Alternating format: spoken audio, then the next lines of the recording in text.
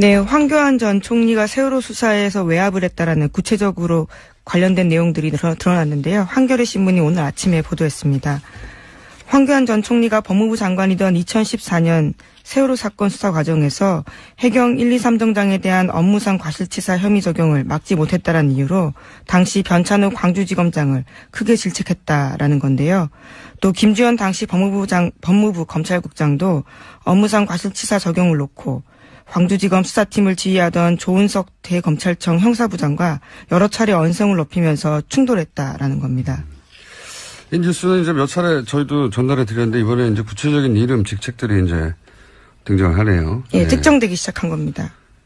그 내용은 간단하거든요. 해경 1, 2, 3정, 그러니까 세월호 침몰 당시 가장 먼저 도착했던, 그런데 이제 탈출 방송을 했다고 처음엔 거짓말 했다가 나중에 알고 보니 안 했던 그 해경 1, 2, 3정에 대해서 업무상 과실치사 혐의를 광주지검에서는 적용하려고 했는데 근데 그걸 박근혜 정부에서는 막았다는 거죠. 네, 계속 윗선에서 방해했다라는 겁니다. 왜냐하면 이제 업무상 과실치사가 되면 정부 책임이 되니까 당시 박근혜 정부는 이게 단순한 해상 교통사고다. 교통사고인데 무슨 정부 책임이 있느냐라고 프레임을 짰는데 그게 아니라 해경이 업무상의 과실치사를 했다라고 하면 이제 정부 책임이 되게 정하는 거죠. 이걸 네. 끝까지 막으려고 했고 그 정황이 이제 구체적으로 누가 어떻게 방해했는지가 네. 이름까지 계속 나오는 겁니다. 나오기 시작한 거네요. 네.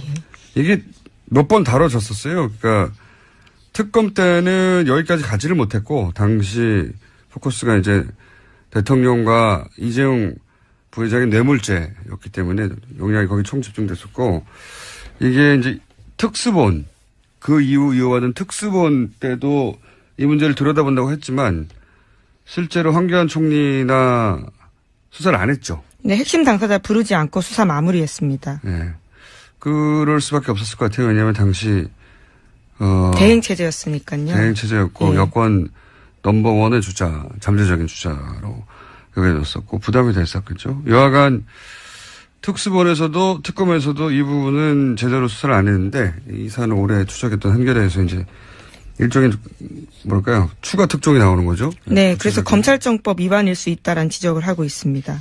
검찰청법 위반이라는 건 원래 이제 구체적 사건에 대해서는 법무부 장관이 검찰총장만 지휘 감독할 수 있는데 그렇죠. 이건 개별 사건에 대해서 여러 사람이 계속해서 압박했다 이런 내용입니다.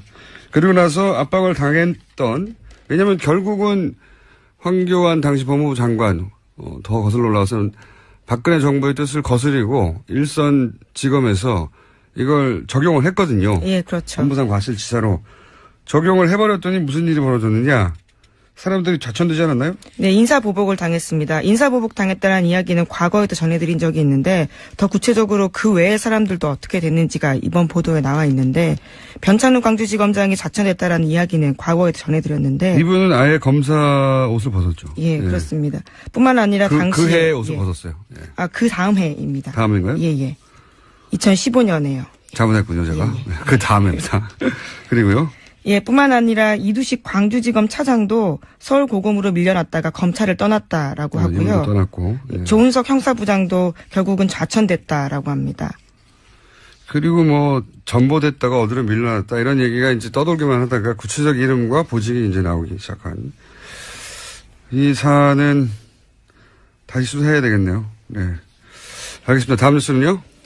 네, 박근혜 전 대통령이 탄핵안 가결로 직무정지된 상태에서도 청와대가 특수활동비를 올해에만 35억 원 썼다라는 보도가 나왔습니다. 계속 뉴스가 나오는데. 네. 그런데 예산을 관리하는 박근혜 정부의 총무비서관이 이 돈을 박 전 대통령이 쓴 게 아니다라고 밝혔는데요. 황교안 권한대행과 비서실장 이하 직원들이 썼다라는 겁니다. 그러자 총리실에서 반발했는데 황 대행이 쓴 일은 없다라고 주장하고 있습니다. 그러니까 수십억 원의 돈이 나갔는데 썼다는 사람은 없는 상황입니다. 그래, 이제 또 다른 갈래의 뉴스는 뭐 청와대에 일하는 직원들에게 일종의 보너스 형식으로 덤으로 얹어줬다는 얘기도 나오고 있는데 무슨 생각이 드냐면 일단 총리실에 썼다 아니다 이런 뉴스가 있는 걸로 보아 특수활동비는 실제로 뭐 관련 서류를 제대로 다 남기질 않으니까요. 예, 영수증 없이 쓸 수 있는 돈이죠. 네. 근데 이제 이 돈을 누가 썼다고 해야 할까? 그래야 탈이 안 날까? 그런 고심의 흔적이 있어요. 총리실에서 썼다라고 저쪽에서는 아니라고 하고, 아니라고 하는 뉴스가 맞을 것 같아요. 왜냐하면 총리실에 있는 특수활동비를 쓰지 왜 청와대 걸 땡겨 쓰겠습니까? 예.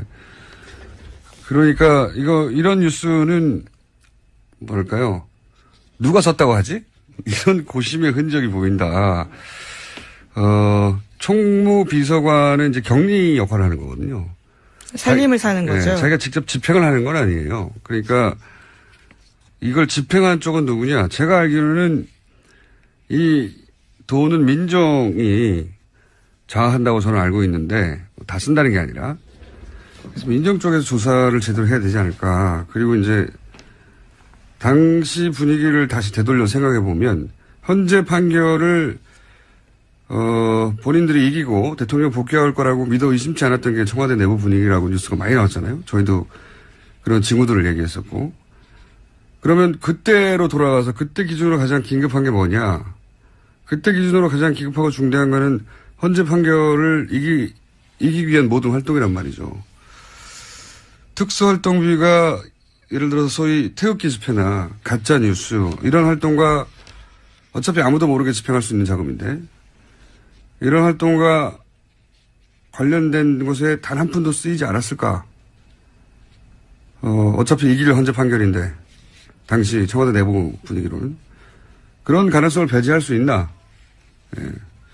저는 개인적으로 그런 의구심이 드는데 과연 문재인 정부가 문서도 남지 않은 자금을 그런 조사를 지금 이 시점에 박하게 할 수 있을까? 뭐 그런 생각도 동시에 듭니다.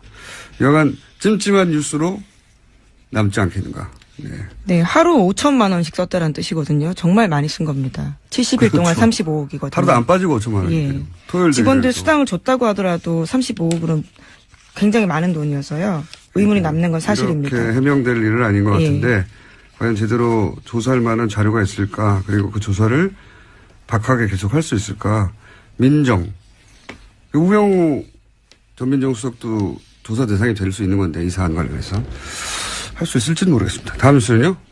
네, 박근혜 전 대통령 지난 25일에 2차 공판이 있었습니다.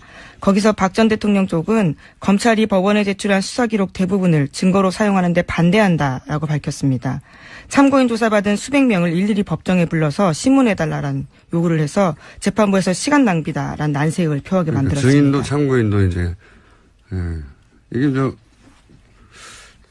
계속 이런 뉴스가 나오는데 지연시키는 이유는 지난 시간에 유능한 변호인단의 변호를 받고 있는 삼성 이재용 회장 재판이 먼저 진행돼서 거기서 이재용 부회장이 무죄를 받거나 아니면 뭐 상당한 혐의를 벗거나 그렇게 자기씨의 재판이 유리하게 작용될 때까지 시간을 끄는 거 아니냐 이런 생각을 제가 전해드렸는데 한 가지 더 생각해 보자면 예전에 탄핵 심판 때 생각해 보면 전략이 아주 극단적이었어요. 그렇잖아요? 되돌아보면 재판부의 반응, 뭐 여론 따위 전혀 고려하지 않는 본인들의 목적이 딱 꽂혀서 나머지는 전혀 법정에서 이것이 도대체 어떻게 받아들여질 건지 이런 생각을 하지 않고 전략을 구사했단 말이죠. 그때 그 전략을 유영하 변호사가 주도한 게 아니냐. 그래서 헌재 판결이 불리하게 나는데 지대한 공헌을 한 거 아니냐 이런 얘기 했었는데 똑같은 사람이 여전히 계속해서 유일하게 만나고 있어요. 그래서 한번 생각해 봅시다. 만나면 뭐라고 할까? 만나면 그런 얘기 할 것 같아요. 가장 빨리 나가는 법을 찾자. 네. 그렇지 않겠습니까? 예. 예, 구속 만기가 6개월이라 뭐 이런 그렇죠. 의미인가요? 예. 예, 제가 보기에는 재판을 구속 만기까지 계속 지연시켜서 구속 만기 이후 풀려난 상태로 재판을 받자. 이런 전략이 아니겠는가. 예, 쉽지 않아 보입니다. 대통령 적용 혐의가 18가지거든요. 다르게 또 영장을 칠 수도 있을 거라고 봐서요. 이제 구속영장이 연장되는 거는 정치적으로 부담스러워서 안 할 거라고 생각하고 본인들 생각이 그렇게 할 수 있다는 거죠. 그 목표가 정해졌으니까 가능한 모든 수단을 동원해서 지연시키는 게 아닐까 또. 지난번에도 얼토당토하는데 저희가 보기에는 그랬잖아요. 근데 그랬던 두 분이 또 만났잖아요. 나머지 그건 잘못된 전략이다. 법정에서 불리하다. 말해줄 사람이 없는 것 같으니까, 그런 이유도 있지 않겠는가. 그런 전략일 가능성을 배제할 수 없다. 이분들이 해왔던 전력을 보면, 이재용 부회장 재판까지 기다리는 것만으로는 법정에서 좀 불리하거든요. 재판부에 불리한 인상, 나쁜 인상을 주는 거거든요. 그렇게 보일 가능성이 큽니다. 의도적으로 지원한다고 보이게 되는데, 그거를 개의치 않는 거죠, 지금. 그럴 가능성도 있는 것 같습니다. 다음 뉴스는요? 네, 이낙연 국무총리 후보자 국회 인준이 난항 겪고 있습니다. 위장 전입 논란으로 촉발된 야권의 공세가 계속되고 있고 여야 입장차가 좁혀지지 않고 있습니다. 그리고 이제 야당은 문재인 대통령이 나와라. 예, 이거는 문재인 대통령이 해결해야 된다. 네, 입장을 밝히라라고 예. 요구하고 있습니다. 자, 이 문제는 저희가 간만에 오자 토론을 마련했습니다. 예, 딱 적합한 사안인 것 같아서 오자 토론을 통해서 한번 각 당의 입장 그리고 민주당 입장을 오자 토론에 나온 당사자 의원들로부터 들어보도록 하겠습니다. 자, 다음 뉴스. 네, 황교안 전 총리가 세월호 수사에서 외압을 했다라는 구체적으로 관련된 내용들이 드러났는데요. 한겨레 신문이 오늘 아침에 보도했습니다. 황교안 전 총리가 법무부 장관이던 2014년 세월호 사건 수사 과정에서 해경 1, 2, 3정장에 대한 업무상 과실치사 혐의 적용을 막지 못했다는 이유로 당시 변찬욱 광주지검장을 크게 질책했다라는 건데요. 또 김주현 당시 법무부 검찰국장도 업무상 과실치사 적용을 놓고 광주지검 수사팀을 지휘하던 조은석 대검찰청 형사부장과 여러 차례 언성을 높이면서 충돌했다라는 겁니다. 이 뉴스는 이제 몇 차례 저희도 전달해 드렸는데 이번에 이제 구체적인 이름, 직책들이 이제 등장을 하네요. 예, 네. 특정되기 시작한 겁니다. 그 내용은 간단하거든요. 해경 1, 2, 3정, 그러니까 세월호 침몰 당시 가장 먼저 도착했던, 그런데 이제 탈출 방송을 했다고 처음엔 거짓말 했다가 나중에 알고 보니 안 했던 그 해경 1, 2, 3정에 대해서 업무상 과실치사 혐의를 광주지검에서는 적용하려고 했는데 근데 그걸 박근혜 정부에서는 막았다는 거죠. 네, 계속 윗선에서 방해했다라는 겁니다. 왜냐하면 이제 업무상 과실치사가 되면 정부 책임이 되니까 당시 박근혜 정부는 이게 단순한 해상 교통사고다. 교통사고인데 무슨 정부 책임이 있느냐라고 프레임을 짰는데 그게 아니라 해경이 업무상의 과실치사를 했다라고 하면 이제 정부 책임이 되게 정하는 거죠. 이걸 네. 끝까지 막으려고 했고 그 정황이 이제 구체적으로 누가 어떻게 방해했는지가 네. 이름까지 계속 나오는 겁니다. 나오기 시작한 거네요. 이게 몇 번 다뤄졌었어요. 그러니까 특검 때는 여기까지 가지를 못했고 당시 포커스가 이제 대통령 결국은 좌천됐다라고 합니다. 그리고 뭐 전보됐다가 어디로 밀려났다 이런 얘기가 이제 떠돌기만 하다가 구체적 이름과 보직이 이제 나오기 시작한 이 사안은 다시 수사해야 되겠네요. 네. 알겠습니다. 다음 뉴스는요? 네, 박근혜 전 대통령이 탄핵안 가결로 직무정지된 상태에서도 청와대가 특수활동비를 올해에만 35억 원 썼다라는 보도가 나왔습니다. 계속 뉴스가 나오는데. 네. 그런데 예산을 관리하는 박근혜 정부의 총무비서관이 이 돈을 박 전 대통령이 쓴 게 아니다라고 밝혔는데요. 황교안 권한대행과 비서실장 이하 직원들이 썼다라는 겁니다. 그러자 총리실에서 반발했는데 황 대행이 쓴 일은 없다라고 주장하고 있습니다. 그러니까 수십억 원의 돈이 나갔는데 썼다는 사람은 없는 상황입니다. 그래, 이제 또 다른 갈래의 뉴스는 뭐 청와대에 일하는 직원들에게 일종의 보너스 형식으로 덤으로 얹어줬다는 얘기도 나오고 있는데 무슨 생각이 드냐면 일단 총리실에 썼다 아니다 이런 뉴스가 있는 걸로 보아 특수활동비는 실제로 뭐 관련 서류를 제대로 다 남기지 않으니까요. 영수증 없이 쓸 수 있는 돈이죠. 네. 근데 이제 이 돈을 누가 썼다고 해야 할까? 그래야 탈이 안 날까? 그런 고심의 흔적이 있어요. 총리실에서 썼다라고 저쪽에서는 아니라고 하고 아니라고 하는 뉴스가 맞을 것 같아요. 왜냐하면 총리실에 있는 특수활동비를 쓰지 왜 청와대 걸 땡겨 쓰겠습니까? 예. 그러니까 이런 뉴스는 뭐랄까요? 누가 썼다고 하지? 이런 고심의 흔적이 보인다. 총무비서관은 이제 격리 역할을 하는 거거든요. 살림을 사는 거죠. 네, 자기가 직접 집행을 하는 건 아니에요. 그러니까 이걸 집행한 쪽은 누구냐? 제가 알기로는 이 돈은 민정이 장악한다고 저는 알고 있는데 다 쓴다는 게 아니라 그래서 민정 쪽에서 조사를 제대로 해야 되지 않을까. 그리고 이제 당시 분위기를 다시 되돌려 생각해 보면 현재 판결을 본인들이 이기고 대통령 복귀할 거라고 믿어 의심치 않았던 게 청와대 내부 분위기라고 뉴스가 많이 나왔잖아요. 저희도 그런 징후들을 얘기했었고. 그러면 그때로 돌아가서 그때 기준으로 가장 긴급한 게 뭐냐. 그때 기준으로 가장 긴급하고 중대한 거는 헌재 판결을 이기기 위한 모든 활동이란 말이죠.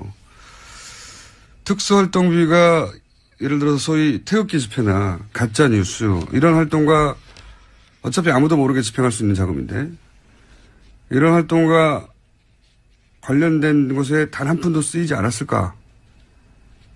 어차피 이길 헌재 판결인데 당시 청와대 내부 분위기로는 그런 가능성을 배제할 수 있나? 예. 저는 개인적으로 그런 의구심이 드는데 과연 문재인 정부가 문서도 남지 않은 자금을 그런 조사를 지금 이 시점에 박하게 할 수 있을까? 뭐 그런 생각도 동시에 듭니다. 여간 찜찜한 뉴스로 남지 않겠는가? 네. 네, 하루 5천만 원씩 썼다는 뜻이거든요. 정말 많이 쓴 겁니다. 70일 동안 그렇죠. 35억이거든요. 하루도 안 빠지고 5천만 원. 예. 토요일 직원들 수당을 줬다고 하더라도 35억은 굉장히 많은 돈이어서요. 의문이 남는 건 사실입니다. 이렇게 해명될 일은 아닌 것 같은데 과연 제대로 조사할 만한 자료가 있을까? 그리고 그 조사를 박하게 계속 할 수 있을까? 민정. 우병우 전 민정수석도 조사 대상이 될 수 있는 건데 이 사안 관련해서 할 수 있을지는 모르겠습니다. 다음 뉴스는요? 네, 박근혜 전 대통령 지난 25일에 2차 공판이 있었습니다. 거기서 박 전 대통령 쪽은 검찰이 법원에 제출한 수사기록 대부분을 증거로 사용하는 데 반대한다라고 밝혔습니다. 참고인 조사받은 수백 명을 일일이 법정에 불러서 신문해달라는 요구를 해서 재판부에서 시간 낭비다라는 난색을 표하게 만들었습니다. 증인도 참고인도 이제 이게 계속 이런 뉴스가 나오는데 지연시키는 이유는 지난 시간에 유능한 변호인단의 변호를 받고 있는 삼성 이재용 회장 재판이 먼저 진행돼서 거기서 이재용 부회장이 무죄를 받거나 아니면 뭐 상당한 혐의를 벗거나 그렇게 자객식의 재판이 유리하게 작용될 때까지 시간을 끄는 거 아니냐 이런 생각을 제가 전해드렸는데 한 가지 더 생각해 보자면 예전에 탄핵 심판 때 생각해 보면 전략이 아주 극단적이었어요. 그렇잖아요? 되돌아보면 재판부의 반응, 뭐 여론 따위 전혀 고려하지 않는 본인들의 목적이 딱 꽂혀서 나머지는 전혀 법정에서 이것이 도대체 어떻게 받아들여질 건지 이런 생각을 하지 않고 전략을 구사했단 말이죠. 그때 그 전략을 유영하 변호사가 주도한 게 아니냐. 그래서 헌재 판결이 불리하게 나는데 지대한 공헌을 한 거 아니냐 이런 얘기 했었는데 똑같은 사람이 여전히 계속해서 유일하게 만나고 있어요. 한번 생각해 봅시다. 만나면 뭐라고 할까? 만나면 그런 얘기 할 것 같아요. 가장 빨리 나가는 법을 찾자. 네. 그렇지 않겠습니까? 예. 예, 구속 만기가 6개월이라 뭐 이런 그렇죠. 의미인가요? 예. 예, 제가 보기에는 재판을 구속 만기까지 계속 지연시켜서 구속 만기 이후 풀려난 상태로 재판을 받자. 이런 전략이 아니겠는가. 예, 쉽지 않아 보입니다. 대통령 적용 혐의가 18가지거든요. 다르게 또 영장을 칠 수도 있을 거라고 봐서요. 이제 구속영장이 연과 이재용 부회장의 뇌물죄였기 때문에 용량이 거기 총 집중됐었고, 이게 이제 특수본, 그 이후 이어받은 특수본 때도 이 문제를 들여다본다고 했지만, 실제로 황교안 총리나 수사를 안 했죠. 네, 핵심 당사자 부르지 않고 수사 마무리했습니다. 네.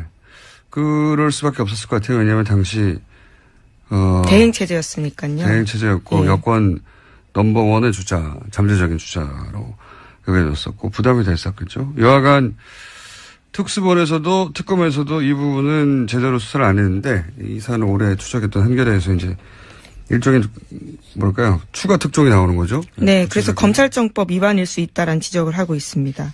검찰청법 위반이라는 건 원래 이제 구체적 사건에 대해서는 법무부 장관이 검찰총장만 지휘 감독할 수 있는데 그렇죠. 이건 개별 사건에 대해서 여러 사람이 계속해서 압박했다. 이런 내용입니다. 그리고 나서 압박을 당했던 왜냐하면 결국은 황교안 당시 법무부 장관 더 거슬러 올라가서는 박근혜 정부의 뜻을 거스리고 일선 지검에서 이걸 적용을 했거든요. 예, 그렇죠. 법무상 과실치사로 적용을 해버렸더니 무슨 일이 벌어졌느냐. 사람들이 좌천되지 않았나요? 네, 인사보복을 당했습니다. 인사보복 당했다는 이야기는 과거에도 전해드린 적이 있는데 더 구체적으로 그 외의 사람들도 어떻게 됐는지가 이번 보도에 나와 있는데 변찬우 광주지검장이 좌천됐다라는 이야기는 과거에도 전해드렸는데 이분은 아예 검사 옷을 벗었죠. 예, 그렇습니다. 뿐만 아니라 당시 그 해에 옷을 벗었어요. 예. 아, 그 다음 해입니다. 다음 해인가요? 예. 2015년에요. 잘못했군요, 제가. 예. 네, 그 다음입니다. 그리고요.